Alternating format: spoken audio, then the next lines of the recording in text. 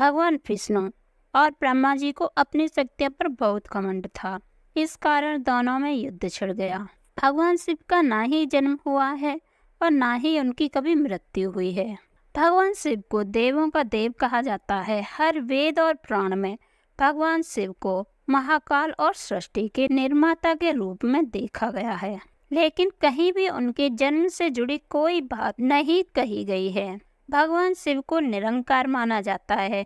निरंकार उसे कहा जाता है जिसका कोई रूप नहीं होता।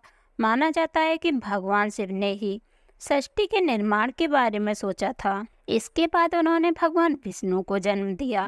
भगवान विष्णु की नाभि से ब्रह्मा जी उत्पन्न हुए। वह दोनों इतने शक्तिशाली थे कि दोनों के बीच में कई बार इस बात को लेकर युद्ध हो जाता था कि कौन सबसे ज्यादा शक्तिशाली है। एक बार ये युद्ध इतना बढ़ गया कि करीब 10,000 सालों तक चला।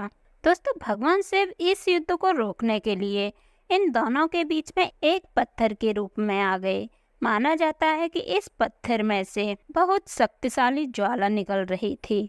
माना जाता है कि उस समय आकाशवाणी भी हुई थी और उसमें कहा गया था कि जो इस शिवलिंग का आरंभ या अंत पालेगा वो ही सबसे ज्यादा शक्तिशाली माना जाएगा। दोस्तों, भगवान विष्णु ने नीचे का हिस्सा चुना और ब्रह्मा जी ने लिंग के ऊपरी हिस्से को चुना।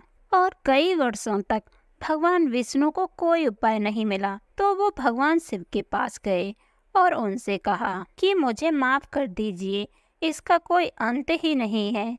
ये मेरी अज्ञानता थी कि मैं अपने आप को सबसे शक्तिशाली मानता था। दोस्तों, ब्रह्मा जी ने लिंग का आरंभ चुना था।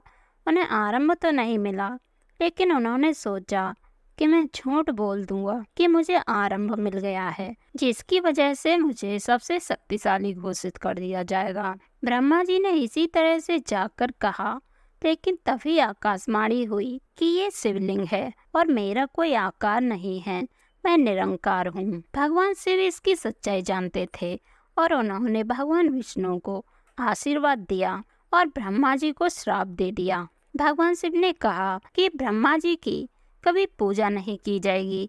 ब्रह्मा जी को अपनी गलती का एहसास हुआ और उन्होंने भगवान शिव से माफी मांगी। इसके बाद भगवान शिव को शिवलिंग के रूप में पूजा जाने लगा।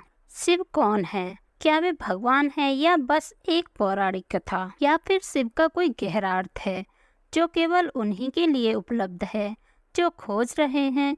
भारतीय आध्यात्मिक संस्कृति के सबसे अहम देव महादेव शिव के बारे में कई गाथाएं और दंत कथाएं सुनने को मिलती हैं। क्या वे भगवान हैं या केवल हिंदू संस्कृति की कल्पना है, या फिर शिव का एक गहरा अर्थ है जो केवल उन्हीं के लिए उपलब्ध है जो सत्य की खोज में है?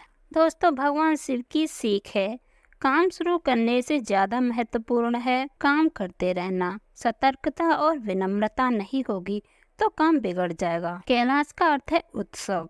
यह ऐसा स्थान है जहाँ प्रतिदिन केवल उत्सव है, हर पल प्रसन्नता और आनंद है। जब मन की ऊर्जा ऊपर की ओर उठती है तो उससे जो उत्सव उत्पन्न होता है वह है कैलाश। कैलाश मानसरोवर की यात्रा करने के लिए हमें दूर पहाड़ों पर जाने की आवश्यकता नहीं है। एक कहावत है कि मानसरोवर में डुबकी लगाने से, कैलाश की एक झलक देखने से हमें मुक्ति मिल जाएगी। इसका अर्थ ये नहीं है कि मानसरोवर में डुबकी लगाने के लिए हमें चीन जाना चाहिए। मानसरोवर हम में ही है। हमारा मन एक झील की तरह विशाल हो जाता है, तभी प्रेम से भर जाता है, तभी मिलता है कैलाश। शिव कैलाश पर्वत पर रहते हैं।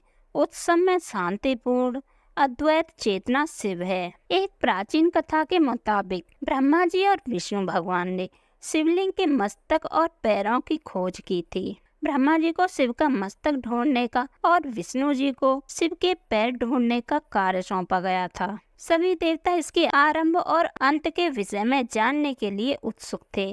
ब्रह्मा जी ने अपनी यात्रा आरंभ की और वे आगे बढ़ते गए। कई लोग पीछे छूट गए और कई युग भी बीत गए, फिर भी ब्रह्मा जी शिव के मस्तक का पता नहीं लगा पाए। सृष्टि का एक अंत है, सृजन एक बिंदु पर समाप्त हो जाता है। ब्रह्मा ने अपनी यात्रा उसके बाद भी जारी रखी। उन्होंने एक केतकी का पुष्प देखा जो आकाश से नीचे आ रहा था। ब्रह्मा जी ने केतकी पुष्प से पूछा, तुम कहाँ से आ रहे हो? क्या तुमने शिव का मस्तक देखा है? यहाँ से शिव का मस्तक कितनी दूर है? केतकी पुष्प ने कहा, मैं शिव के मस्तक से आ रहा हूँ। तो ब्रह्मा जी ने निष्कर्ष निकाला कि शिव का एक मस्तक था और वे पुष्प लेकर नीचे आए। भगवान विष्णु का कार्य शिव के पैरों की खोज करना था। ऐसा कहा जाता है कि भगवान विष्णु बहुत विनम्र हैं। पालनकर्ता को हमेशा बहुत विनम्र होना चाहिए। यदि पालनकर्ता विनम्र हो तभी पालन कार्य संभव है। व्यवसाय आरंभ करना कोई बड़ी बात नहीं है, लेकिन आपको व्यवसाय चलाने के लिए बहुत विनम्र रहना पड़ेगा, अन्यथा व्यापार डूब जाएगा। भगवान विष्णु की विनम्रता ने ही उन्हें शिव के चरणों को ढूंढने का कार्य करने योग्य बनाया। युगों तक यात्रा करने के बाद भगवान विष्णु शिव के चरणों को ढूंढने में सक्षम नहीं हुए।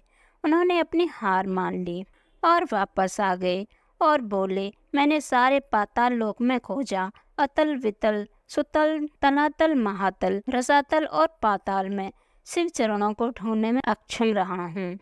लेकिन ब्रह्मा जी ने केतकी पुष्प की बात मानकर झूठ कहा कि वे शिव जी का एक मस्तक है और ये केतकी इसका एक गवाह है। उस सर्वोच्च पारलौकिक चेतना का ना आदि है और ना अंत है।